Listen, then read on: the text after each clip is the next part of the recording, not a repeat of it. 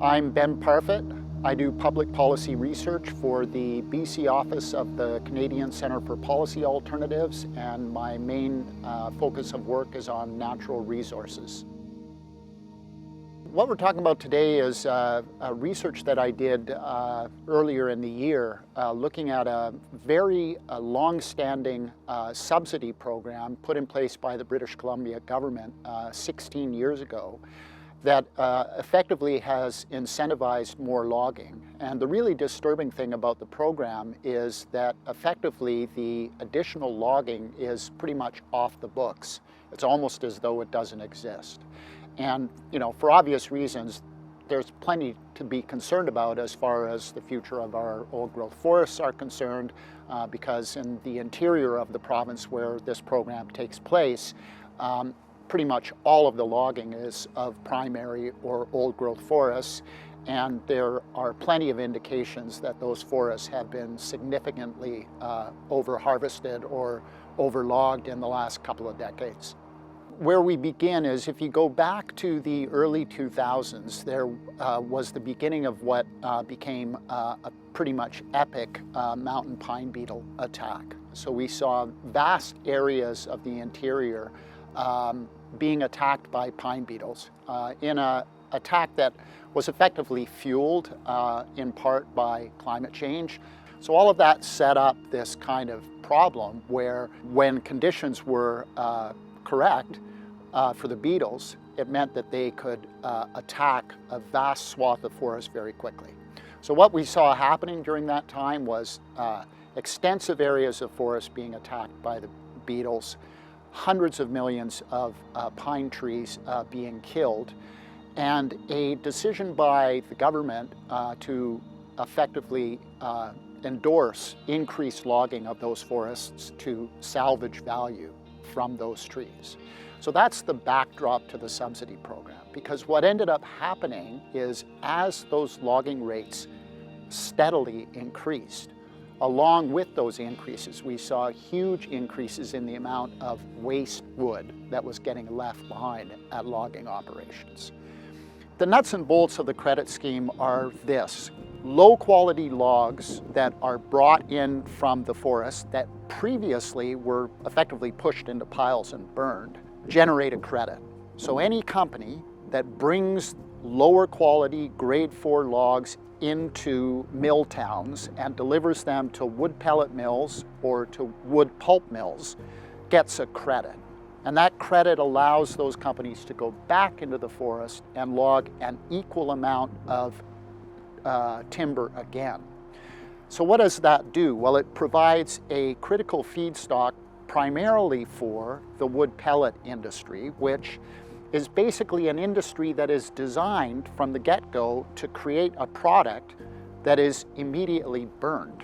So the only product that is made by the wood pellet industry is dried pellets that are then shipped out of British Columbia in ocean freighters, carted off to the other side of the world, and burned in thermal electric plants to make electricity.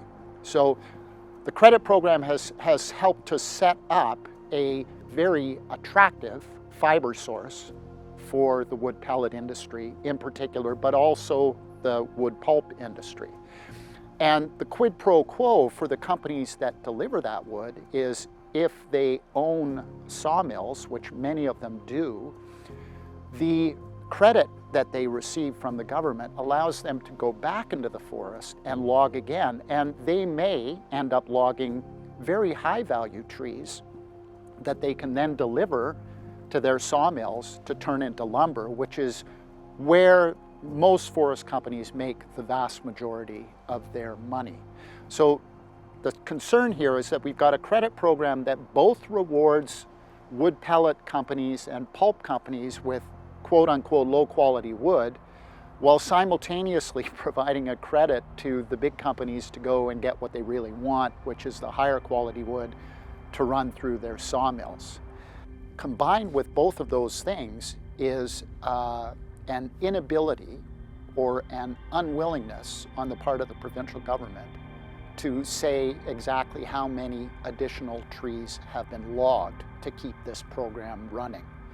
So probably one of the most disturbing things that I uncovered in the research is that the government literally cannot or will not say how many millions of additional trees have been logged since this program came into place in 2006. And for obvious reasons, we should be concerned about that, right? Because one of the only effective controls we have in this province to trying to maintain some semblance of order in how we approach logging our forests is to place a cap on what we log. So if you're effectively creating an incentive program or a subsidy program to encourage more logging, and you cannot or will not say how many additional trees have been logged, then it raises pretty profound questions about the sustainability of what is underway. And it raises very disturbing questions about how little old growth forest we might actually have remaining and what we are going to need to do to protect that. The other thing I should say about the research is that in addition to this credit program, we also quantified the amount of direct subsidies that the provincial government was giving the wood pellet industry and pulp industry by way of direct dollars to help reduce their fiber purchase costs. So through the Forest Enhancement Society, tens of millions of dollars have been given directly to the pellet industry and to the pulp industry to offset their fiber purchase costs. So again, it's another form of subsidy on top of the credit subsidy program that has enabled the wood pellet industry in particular to really benefit. What my research has indicated is that we really need to get a handle on just how much additional timber or trees have been logged since this program began. The disturbing thing is that the government, in response to questions I filed, wouldn't provide an answer and said effectively I would have to file a Freedom of Information request, which would mean years delay in the release of that information. So I really do think it's incumbent upon the government to be telling us just how much additional trees have been logged under the program. And remember that this program has been in place for 16 years. We have a sense of just how much additional trees may have been logged in some of the decisions that have been released by the provincial chief forester, where she goes about determining what will be the new allowable annual cut in some timber supply areas. So one of the documents that I reviewed was a decision by the chief forester in the Prince George area. And in that one report, she noted that in one 5-year period alone, almost 2.5 million cubic meters of additional trees had been logged under the auspices of this credit program. And remember, this is just one timber supply area in the province for one 5-year period, which is less than a third of the length of this credit program. So we need to understand what's going on here, and government is the gatekeeper here. They have the information. If they don't have the information, they should be compelling the companies to release that information and getting that before the public. The other thing that I think is really disturbing and that we need to bear in mind here is that when this program began in 2006, the wood pellet industry, which was an entirely new entrant into BC's forest industry only 20 years ago, at that time, the pellet industry had somewhere around 7 to 8 mills in the province. It now has almost doubled that number. But very significantly, the manufacturing horsepower of those pellet mills is 4 times greater today than it was when the program began. And that is really disturbing from a public policy perspective, because the wood pellet industry consumes an enormous amount of wood. It didn't exist until only very recently, and it has become effectively entirely dependent on a government subsidy program for its very existence. So again, we have to bear in mind that the vast majority of forests in British Columbia are publicly owned resources that are there to perform a huge range of important ecological functions and that are also there to be used and hopefully used responsibly on a portion of that forested landscape to create forest products. And when you have programs in place like this credit program that is effectively greasing the wheels for accelerated logging, you're actually setting up bigger and bigger problems down the road in terms of ecosystem degradation, in terms of loss of hydrological function, and undercutting the ability of the forest industry to be able to employ people.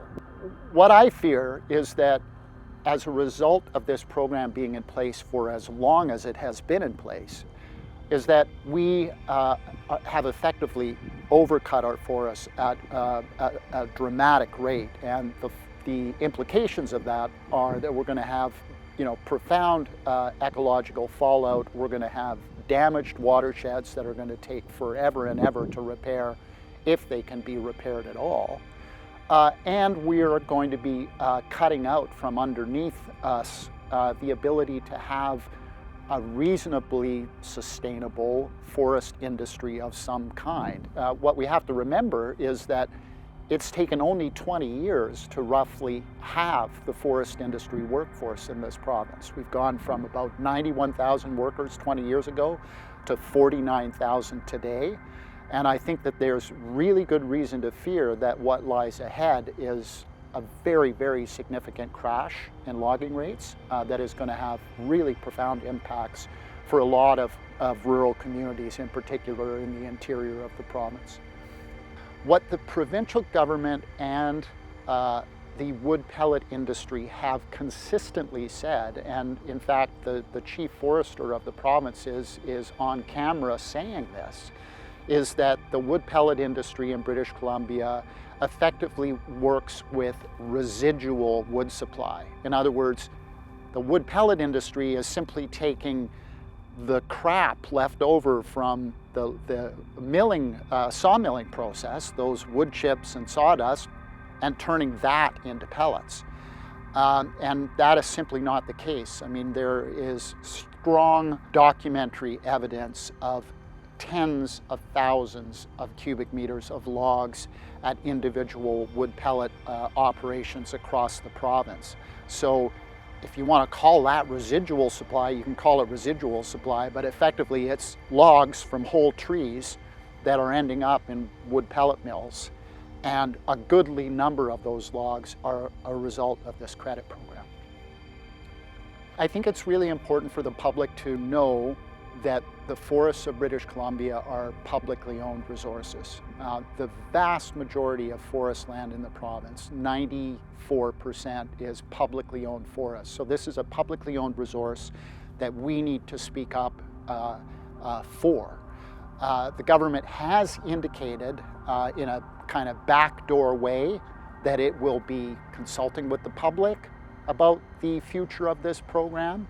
I'm not aware of any formal consultation process that the government has launched on this, but I think members of the public should be letting it be known, particularly in interior communities, that they have concerns about this program, because at the end of the day, this program is contributing to the accelerated and, in my view, completely unsustainable logging of our forests.